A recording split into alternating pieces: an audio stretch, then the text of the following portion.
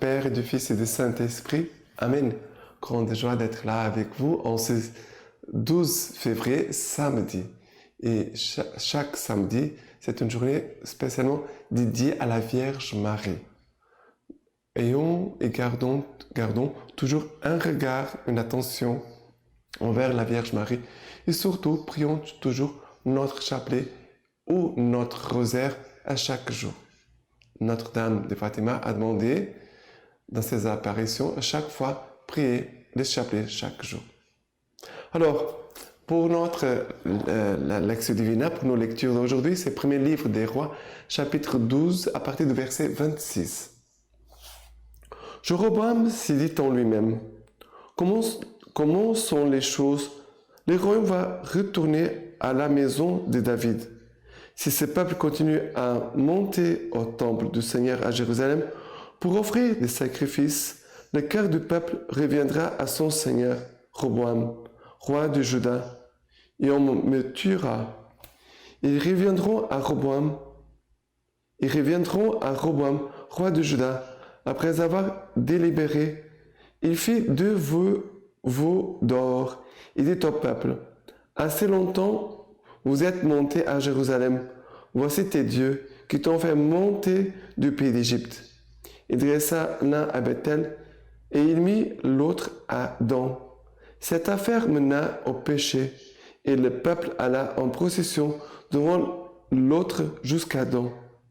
Il établit le temple des hauts lieux et il institua des prêtres pris du commun qui n'étaient pas fils de Lévi. Jéroboam célébra une fête le 8e mois, le 15e jour du mois, comme la fête qu'on célébrait en Juda. Il monta à l'autel. Voilà comme il a agi à Bethel, sacrifiant au veau qu'il avait fait, et il établit à Bethel les prêtres des hauts lieux qu'il avait institués. Qu'est-ce qu'on a vu? Salomon, qui n'a pas été plus fidèle au Seigneur, va perdre son royaume va être divisé. Il n'a qu'une seule tribu qui va rester pour son fils. Les autres tribus vont être données à un autre roi.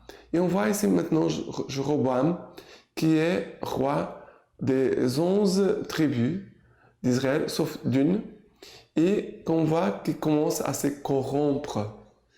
Il commence aussi à faire des mauvaises choses. Qu'est-ce qu'il va faire? Il va, pour que le peuple ne revienne pas à Jérusalem, c'est la tribu de Juda qui est l'unique qui appartient à la descendance de Salomon, une seule tribu où se trouve le temple de Jérusalem. Les gens avaient l'habitude de faire un pèlerinage à Jérusalem. Pour les Juifs, c'était comme ça. Mais lui, avec la peur de perdre son pouvoir, va faire des veaux d'or, va le placer dans 2 lieux dans son royaume et il va enseigner les gens à venir adorer les veaux d'or en disant voilà les dieux qui t'ont fait monter d'Égypte. Ça veut dire les péchés du passé, comme Moïse avait fait sortir le peuple d'Israël et quand Aaron va faire les veaux d'or, on voit que les péchés du passé, les démons du passé, et même les faux dieux du passé reviennent. Et parfois dans notre vie, ça peut arriver ça. D'un coup, il y a des tentations qui veulent nous faire revenir en arrière, au passé. Mais quand je parle du passé, c'est le passé de notre péché, de notre inconversion.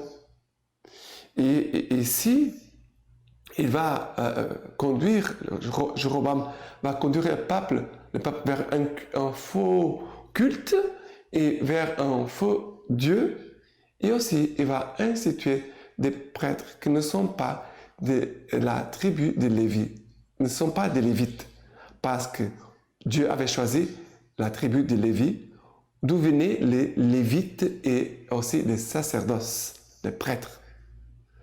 Et voilà que les 2 choses plus sacrées, c'est Dieu et l'adoration au vrai unique Dieu, les lieux du culte, on pourrait dire l'Église, Dieu et l'Église, son Église.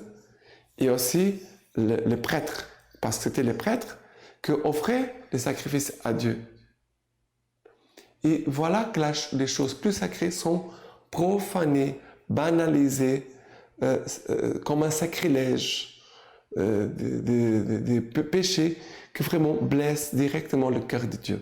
Ce sont des péchés qui blessent le cœur de Dieu directement et aussi qui détournent le peuple aussi de Dieu.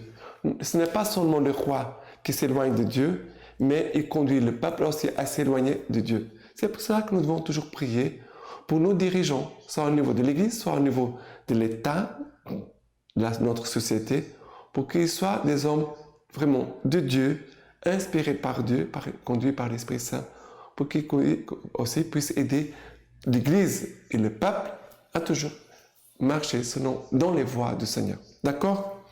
Maintenant, les psaumes d'aujourd'hui, c'est le psaume 106. À partir du verset 6. Nous avons failli avec nos pères, nous avons dévié, régné. Nos pères en Égypte n'ont pas compris tes merveilles. Ils fabriquèrent un veau en Horeb, se prosternèrent devant une idole de métal. Ils échangèrent leur gloire pour l'image du bœuf, mangeur d'herbe. Ils oubliaient Dieu qui les sauvait, l'auteur des grandes choses en Égypte, des merveilles en terre des champs, d'épouvante sur la mer des joncs.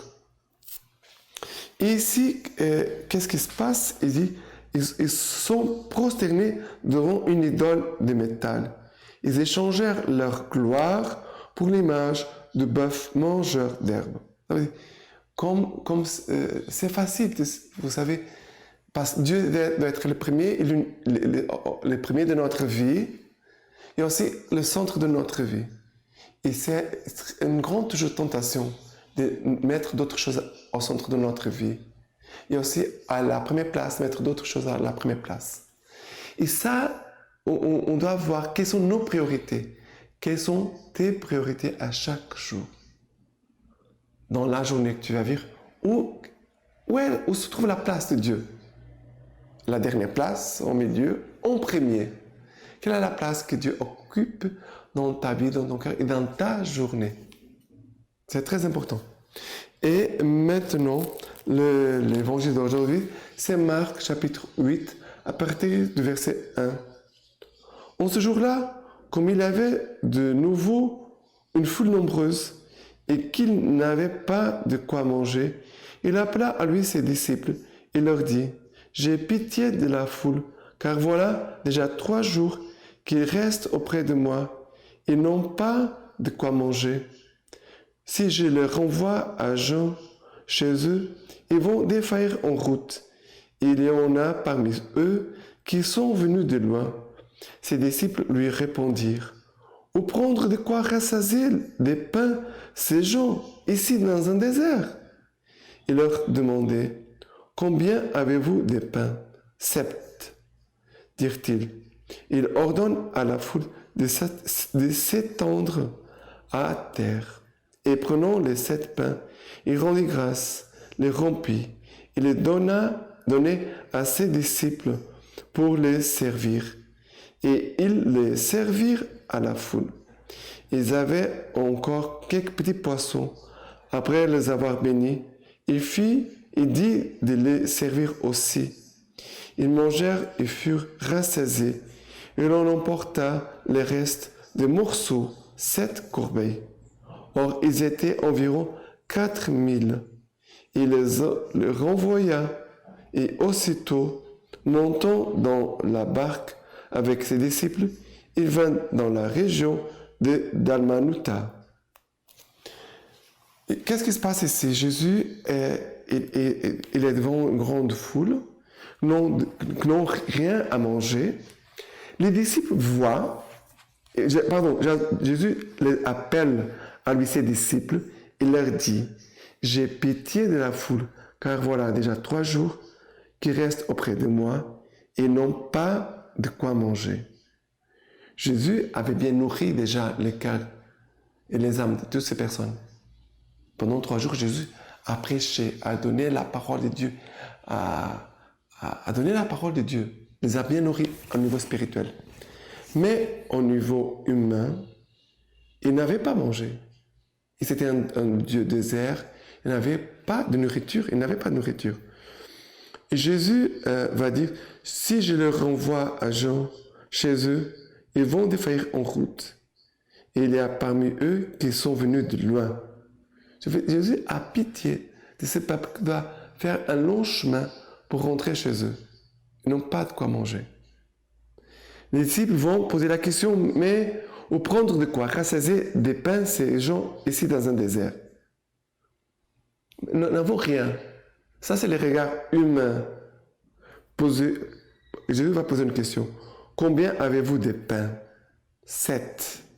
7. Jésus va ordonner aux gens de se mettre par terre, de s'asseoir par terre. Qu'est-ce que Jésus va faire? Jésus prend les pains, rend grâce, les rompit et les donnait à ses disciples pour les servir et les servir à la foule. Jésus est en train de faire les gestes qui, un jour plus tard, seront les mêmes gestes pour l'Eucharistie. Ça veut dire que nous sommes ici devant une préfiguration de l'Eucharistie. Mais qu'est-ce que c'est beau? Jésus prend ce qu'il a, il va rendre grâce à Dieu. Qu'est-ce que nous faisons souvent? On va râler, on va murmurer, on va dire du mal, on va se plaindre. Ou est-ce qu'on prend ce qu'on a et on remercie Dieu? Et cela, ce n'est pas seulement pour des questions de nourriture, c'est pour toutes les questions. Nous devons toujours faire comme Jésus, présenter au Père ce qu'on a et de dire merci pour ce qu'on a. Et si Dieu voudra multiplier, il va multiplier de la façon dont Dieu voudra. Ça peut passer par d'autres personnes, souvent c'est comme ça. Le Seigneur passe par les uns et par les autres. Ça veut dire que la providence de Dieu arrive par les cœurs de nos frères et sœurs. Mais on doit avoir ce cœur d'action, de grâce, de dire merci à Dieu. Et Jésus a multiplié les pains et les poissons. Jésus a multiplié. Et qu'est-ce qui se passe ici? Après ce miracle, il les renvoya, et aussitôt montant dans la barque avec ses disciples, il vint dans la région de Dalmanuta. Jésus n'est pas allé se reposer. Jésus continue de travailler. Jésus, c'est un homme de travail. Et le travail donne dignité dans notre vie. Il y a aussi le travail, ici, ce n'est pas seulement un travail comme quelconque, mais c'est le travail pour le salut des âmes. C'est un travail pour le royaume. Et nous devons travailler aussi. Toutes nos actions doivent être pour l'évangélisation et pour le royaume de Dieu. D'accord? Voilà quelques paroles. Et maintenant, la lecture patristique d'aujourd'hui, des actes de l'étoile, porter les fardeaux les uns des autres. Pourquoi sommes-nous si peu soucieux de chercher des occasions de salut les uns pour les autres, de façon à nous secourir davantage entre nous, là où nous voyons que ce serait plus nécessaire et à porter mutuellement en frères nos fardeaux? L'apôtre nous y exhorte lorsqu'il dit « Portez les fardeaux les uns des autres et vous accomplirez ainsi la loi du Christ. Et ailleurs, supportez-vous les uns les autres avec amour. » C'est bien la loi même du Christ. Mon frère, je perçois quelque chose d'incorrigible par suite des difficultés ou d'infirmités physiques ou morales, pourquoi ne pas les supporter avec patience? Pourquoi ne pas l'en consoler de tout cœur, selon la parole de l'Écriture? Leurs enfants seront portés sur les bras et consolés sur les genoux. Serait-ce qu'elle me manque, cette charité qui supporte tout, qui est patiente pour soutenir, indulgente pour aimer? Telle est en tout cas la loi du Christ. Dans sa passion, il a vraiment porté nos souffrances et dans sa miséricorde, il s'est chargé de nos douleurs, aimant ceux qu'il portait, portant ceux qu'il aimait. C'est lui qui, au contraire, se montre agressif envers son frère en difficulté. Celui qui tombe en piège à sa faiblesse, quel que ce soit, se soumet à la loi du diable et l'accomplit. Soyons donc mutuellement compatissants et pleins d'amour fraternel, supportons les faiblesses et poursuivons les vices. Et maintenant, je vous laisse la bénédiction du Seigneur par les mains toutes pures de la Vierge Marie. Que Dieu Tout-Puissant vous bénisse et vous garde, le Père, le Fils et le Saint-Esprit. Amen.